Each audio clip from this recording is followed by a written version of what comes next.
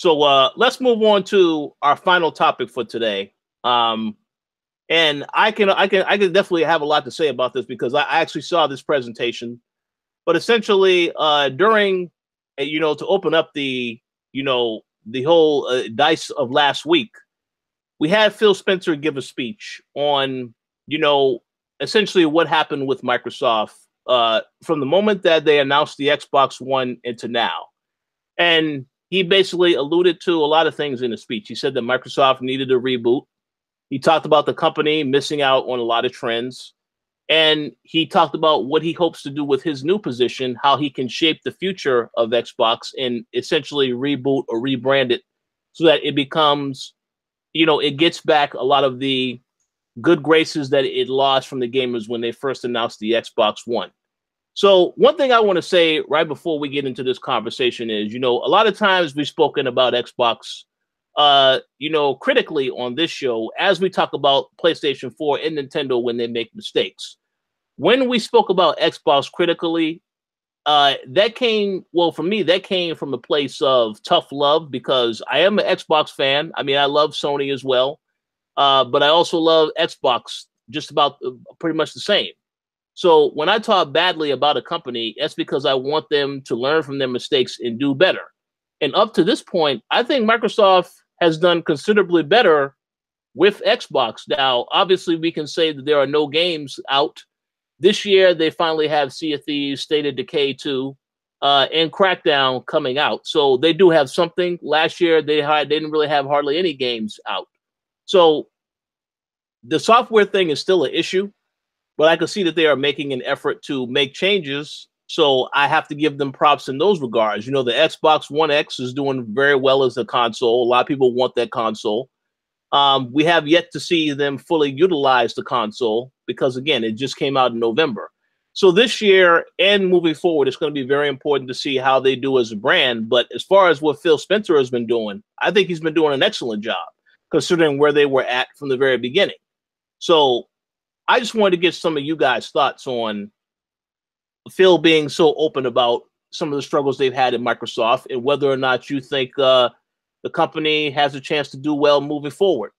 And of course, the first person who I want to go to on this particular discussion is, of course, Mr. Max Muller, since I know you are also a diehard Xbox fan. So what do you think about Phil being so open about the company's struggles, and how do you think Xbox is going to do moving forward? Are you still proud to be an Xbox fan, or do you think, well, they still have a lot of work to do and I'm not really ready to say that they're going to accomplish anything yet?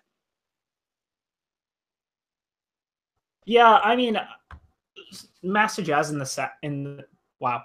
Master Jazz in the chat just said there's nothing else to be said for Xbox that has not already been said. And I kind of agree with that. I think that Phil acknowledging these things is important, but like we didn't learn anything from this. We kind of knew the direction that he wanted to take Microsoft already. Like even before he was promoted, like we already knew what he was trying to do.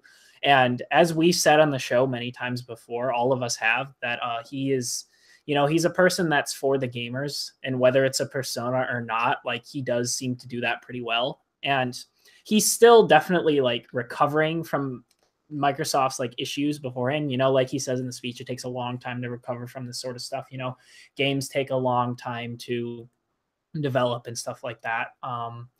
But I don't know. He's just, it's stuff that we already knew about. It's stuff that we all knew they need to be working on it. I think it's important that he said it. It's important for him to acknowledge this sort of stuff. But like, again, nothing really new here was learned. We just have to wait and see what they actually end up doing. He can say the stuff all he wants, but until we see it coming, then it doesn't mean much. But I do think that he's done a good job. And I think if anyone in the world is to turn Xbox around, it's him. And they have been doing a very good job so far. Like since he's been head, like he really hasn't made any glaring mistakes from my memory. I know PUBG wasn't a good Xbox One X launch title, but I don't think that was necessarily his fault. I think that was more just PUBG just not being a finished game. So, he's trying and he is seeing success, and I think he's going to continue to see success.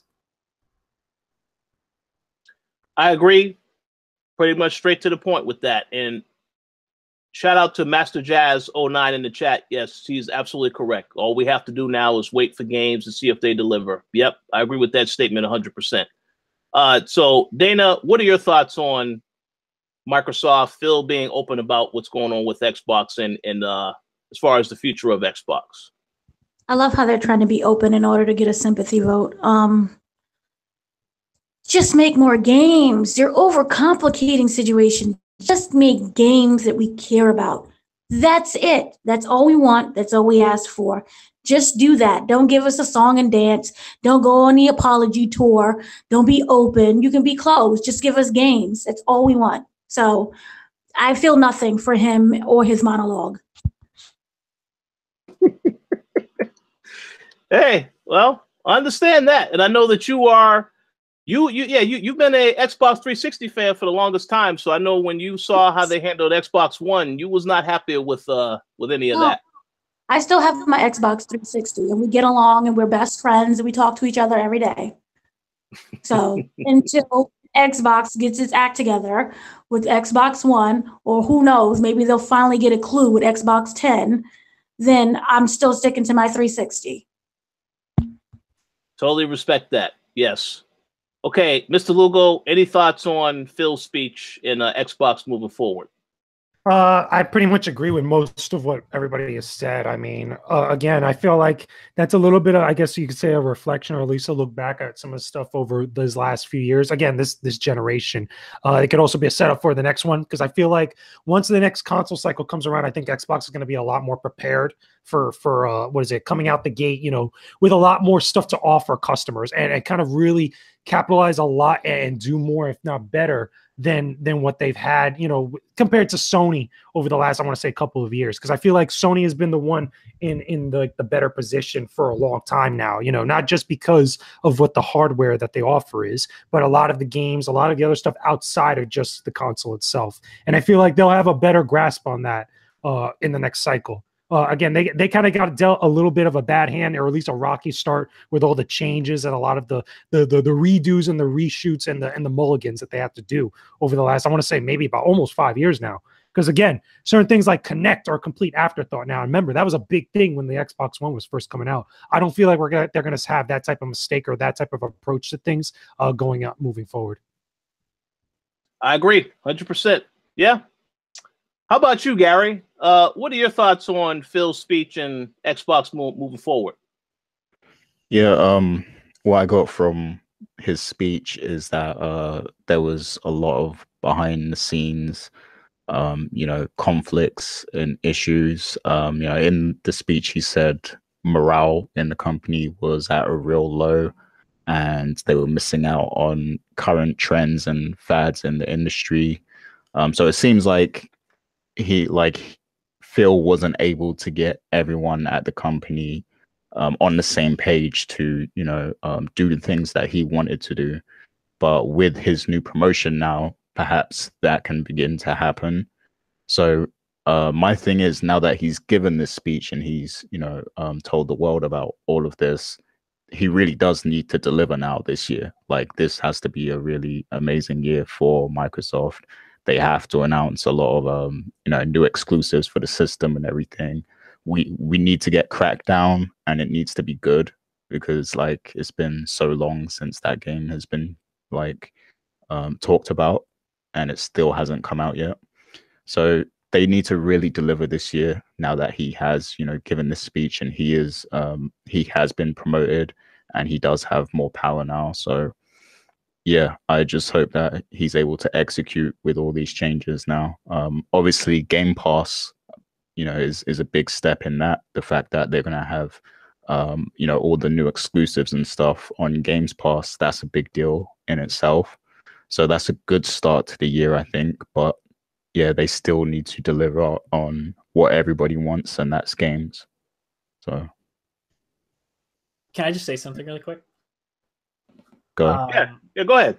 I feel like I agree Crackdown needs to come out and State of Decay 2 needs to come out and everything, and that they need to be good, but I just have a strong feeling that maybe see if these will be good, but I have a strong feeling Crackdown and State of Decay 2 will underperform. And I kind of feel like those are going to be the last of the dirt that Phil just kind of needs to scrape off the boot before he can just be done. I feel like those games need to come out. They'll be fine. I don't think they'll be that good, but they'll probably be okay. And then like he'll be able to really just sort of utilize like his power, and just everything will really start to take a turn after those kind of come out. Cause that's kind of the last of like the old era of Xbox One and everything like that. And at this point, there isn't much he can do about them, I doubt, unless they're all delayed for another couple of years. Sea of Thieves, there has been more information that's come out, and it does seem like they were hiding a lot of stuff. So maybe there will be something there, but I just don't think State of Decay 2 or Crackdown will be very good. And that's fine. That's whatever. And I think Phil knows that too. So like you said, Gary, he needs to, if he can't bring everything this year, he needs to let us know what's coming in the next couple of years and make sure that it's really good. And he needs to let us know what those things are this year. Yeah. Well, hold on a second. I'm sorry to cut you off, Gary. I just have one question I have to ask. And, and you and Max could answer this question. So Max, are you pretty much saying that when Phil announces the next Gears of War and Halo, those will be the titles? And that's ironic because we always say, well, those are the only titles that Microsoft always does. But honestly, those are the titles, especially Halo on the Xbox One X. I think that's the title that is going to push the needle and tell people, okay, yeah, now I definitely want an Xbox One X. But that was my question. To be fair, I didn't even have those two games in mind. I think that while those better be good, especially Halo, he needs to just deliver more on diversity. They need to be like last gen, where they had a whole bunch of exclusives and everything. I don't think Halo and Gears are the answer. I really didn't even think of those when I was saying that. I think that it needs to be new IPs or bringing back old IPs that aren't those. They need to be part of the picture, but they're a part of it. They cannot be the whole picture. I agree. So Phantom Dust, Dust 2, and and let's see another Recore, right? Because I know you and JJ enjoyed Recore. Oh yeah, Recore is fantastic. I'm gonna drop a hard note on that one. I'm just saying. All right, go ahead, Gary. I didn't mean to cut you off. Oh no, it's okay. In response to your question, they need to stop relying on Halo and Gears of War. Like they need to stop making those the go-to to get people excited. They need to come up with new IPs and exclusive ones too. So yeah, definitely don't rely on those. Obviously, Halo will come eventually, but they need to stop relying on it so much. And just going back to what Max was saying about Crackdown and State of Decay being the last of the games they need to shake off before the new wave comes in and stuff. I can definitely see your point. Like, I think there's definitely some validity to that. And I think what they should do is they should release those games as close to E3 as possible, like even like the week before E3 or something.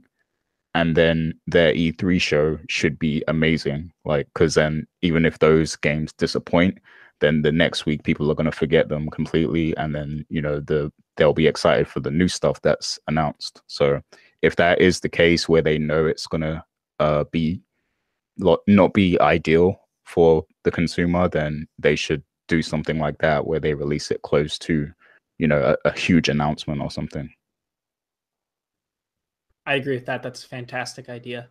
Because then that would also just make their E3 announcements that much better if they're good in the first place. But yeah, I hope Crackdown and Sea of Thieves and State of Decay are good, but I just don't want it. I don't expect them to be amazing. I really don't. Yeah. Well, I just want to give a shout out to the people in the chat. They're having an excellent conversation in there about Phil, they shortchanged the Recore game, and because the budget, they didn't give it a good budget. Hey, I think you could say that that's a fair argument, because I know when they had that definitive edition now, the game, the fact that they had to have that definitive edition, because I didn't really play the original Recore, but I've heard nothing but complaints. So it is what it is. We'll see what happens in terms of the future games. I do agree with what you guys said about they do need to create something else. So if you want to use a good example, you look at how Sony they let Guerrilla make Horizon Zero Dawn. So they need a title like that to become a breakout success to establish a new franchise for Xbox. I'm not saying for it to be exactly that type of game, but it needs to be on that level as far as what it does for the brand. And they can do that, but that's what the hurdle they have to get over. They have to create a game that a lot of people like and becomes a success, and it's possible. I don't know what that game is, but you know, hopefully we'll see some surprises at E3 when they talk about the future of the console and what other games they are working on. Because I do agree that Halo and Gears aren't it, but I will also say you definitely need Halo and Gears, because Gears 4 was great, but there's still more story to tell with that. And with Halo 5, you know, I was not a fan of that campaign. I know Max wasn't either, so they definitely need to make up for that with Halo 6. But we'll see what they got going on.